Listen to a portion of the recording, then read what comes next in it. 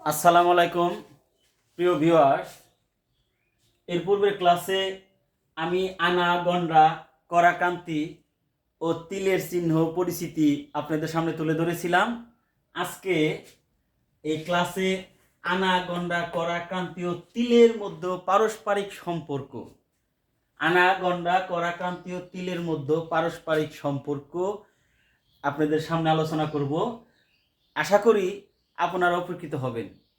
তো আসো দেখা যাক। 16 আনা 1 টাকা, 16 আনা সমান 1 টাকা,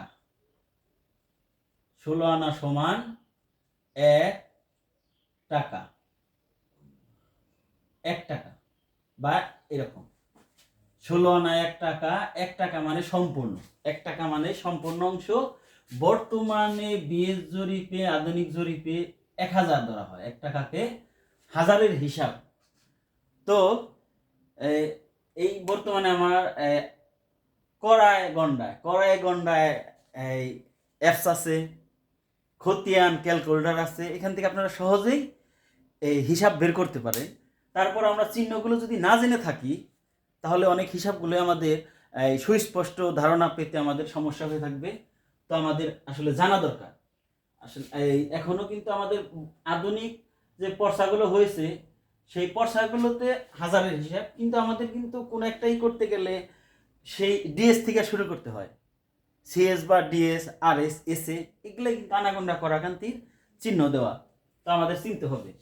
তো 16 আনা 1 টাকা, 16 আনা 1 টাকা। 20 গন্ডা, 20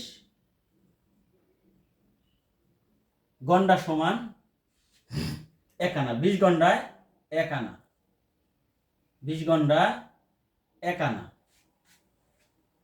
4 করা 1 গন্ডা, 4 করা, এর আগের ক্লাস যারা দেখেছেন তারা সহজে বুঝতে পারবেন। আগের ক্লাসে এগুলো আমি বলেছি। 4 করা সমান 1 গন্ডা, 4 করায় 1 গন্ডা। 3 ক্রান্তিতে 3 ক্রান্তি, 3 ক্রান্তিতে 3 ক্রান্তি সমান 1 করা, 1 করা। 20 তিল সমান 1 ক্রান্তি, 20 তিল সমান 1 ক্রান্তি, 20 তিল সমান 1 ক্রান্তি দেওয়া হয়েছে। তো এখান থেকে আমরা আরো কিছু জানতে পারি। 1 টাকা সমান কি ধরলাম আমরা? 16 আনা। 1 টাকা সমান 16 আনা। 1 টাকা সমান কত? 16 আনা। তাহলে 1 টাকা সমান যদি আমার কত গন্ডা থাকবে? তাহলে 1 টাকা সমান 16 আনা, আবার 1 আনা সমান 20 গন্ডা। তাহলে 1 টাকা সমান কয় গন্ডা হবে? 16 গুণন 20, 16 গুণন 20।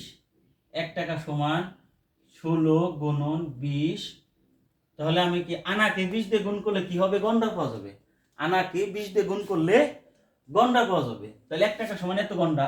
1 টাকা সমান 16 গুণন 20 গন্ডা। যে যে একক, তার ঠিক ওই এককের সাথে যে সরাসরি সম্পর্ক, তত দিয়ে ব্যবধান কত, তত দিয়ে গুণ করলে আমার নতুন একক পাওয়া যাবে। যেমন 1 টাকা সমান 16 আনা, 1 আনা সমান হচ্ছে 20 গন্ডা, 1 আনা সমান 20 গন্ডা।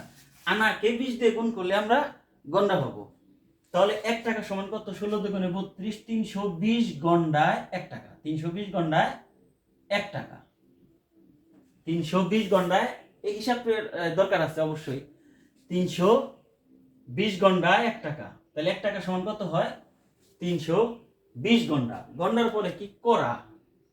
গন্ডার পরে করা। এখন গন্ডাকে আমরা যদি 4 দিয়ে গুণ করি, গন্ডাকে 4 দিয়ে গুণ করলে আমরা করা পাবো। গন্ডাকে যদি আমরা 4 দিয়ে গুণ করি তাহলে কি হবে? গন্ডা করা হয়ে যাবে। 4 দিয়ে গুণ করলে কি হবে? করা। গন্ডাকে 4 দিয়ে গুণ করলে করা হয়ে যাবে, কারণ হচ্ছে 4 করা সমান 1 গন্ডা, 4 করা সমান 1 গন্ডা। তাহলে এটা যদি হিসাব করি, 0, 4 দুগুণে 8, 3 4 1200, 1280 করায়, 1280 করায় 1 টাকা, 1280 করায় 1 টাকায় এই জিনিসগুলো খুব খেয়াল রাখবেন।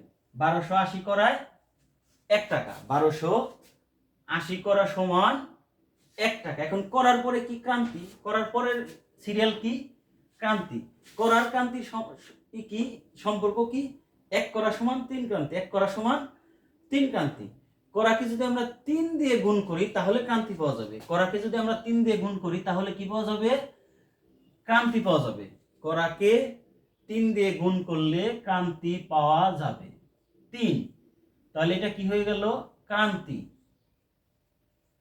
গুণ করলে 3 0 0, 3 8 24 4, হাতের হলো 2, 3 2 6 দিয়ে 8। তাহলে 3840 ক্রান্তিতে 3840 ক্রান্তিতে হচ্ছে 1 টাকা। 1 টাকা সমান আবার কি হলো, 3840 ক্রান্তি। এখন ক্রান্তির পরে তিল, ওই তিল খুবই কম থাকে, খতিয়ানে তিলের হিসাবটা খুব কম থাকে, দশমিকের পরে কয়েক ঘর চলে যাবে। তো ক্রান্তি আর তিলের কি সম্পর্ক কি, 1 ক্রান্তি সমান 20 তিল, 1 ক্রান্তি সমান 20 তিল। তাই ক্রান্তিকে আমরা যদি 20 দিয়ে গুণ করি, ক্রান্তিকে যদি আমরা 20 দিয়ে গুণ করি, 38,400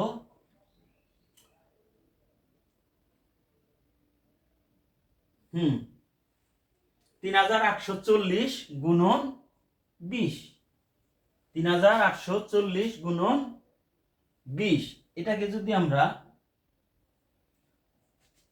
ক্রান্তিকে যদি আমরা 20 দিয়ে গুণ করি তাহলে কি পাওয়া যাবে, তিল পাওয়া যাবে, তিল।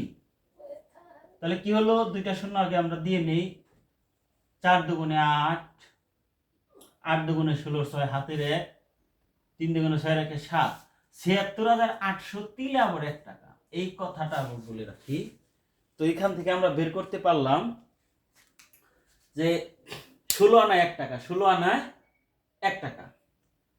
আবার 1 টাকা সমান গন্ডায় যদি আসে হিসাবটা, 1 টাকা সমান কত গন্ডা, 320 গন্ডা। 1 টাকা সমান 320 গন্ডা, 1 টাকা সমান 320 গন্ডা।